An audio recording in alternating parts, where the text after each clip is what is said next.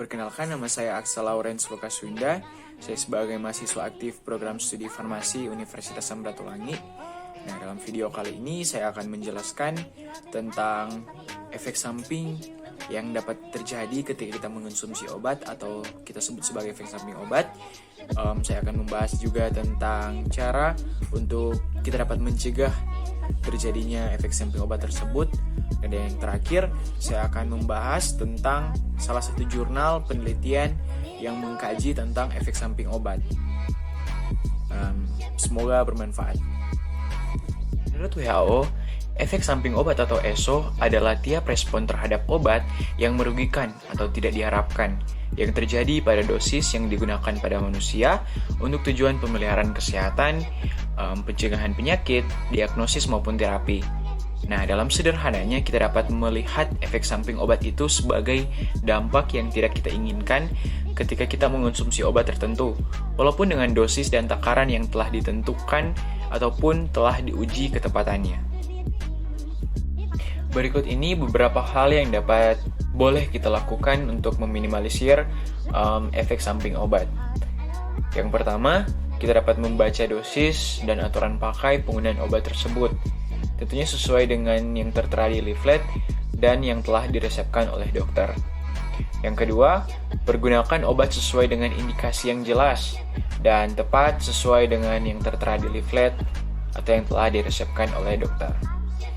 Yang ketiga, berikan perhatian khusus terhadap penggunaan obat dan dosis obat pada bayi, pada pasien lanjut usia, dan pasien dengan penyakit hati ataupun penyakit ginjal.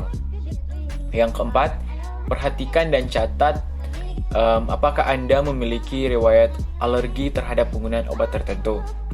Yang kelima, beritahukan ke dokter apabila Anda sedang hamil, sedang menyusui, alergi obat tertentu, memiliki penyakit kronis, diabetes, kolesterol, darah tinggi, dan yang lainnya, memiliki penyakit ginjal ataupun liver, dan sedang meminum obat lain atau suplemen obat herbal. Yang keenam, hindari penggunaan berbagai jenis obat dan kombinasi obat secara sekaligus. Dan yang ketujuh, mintalah dokter mengevaluasi penggunaan obat dalam jangka yang panjang.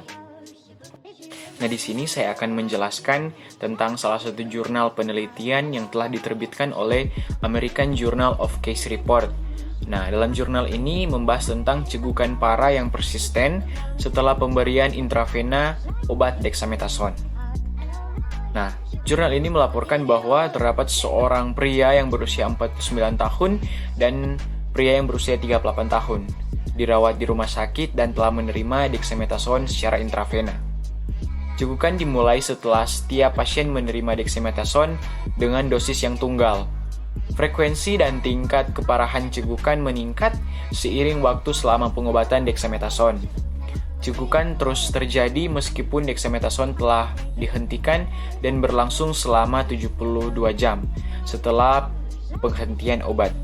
Kesimpulan yang dapat kita ambil dalam kasus ini adalah dexamethasone dapat menyebabkan cegukan terus-menerus.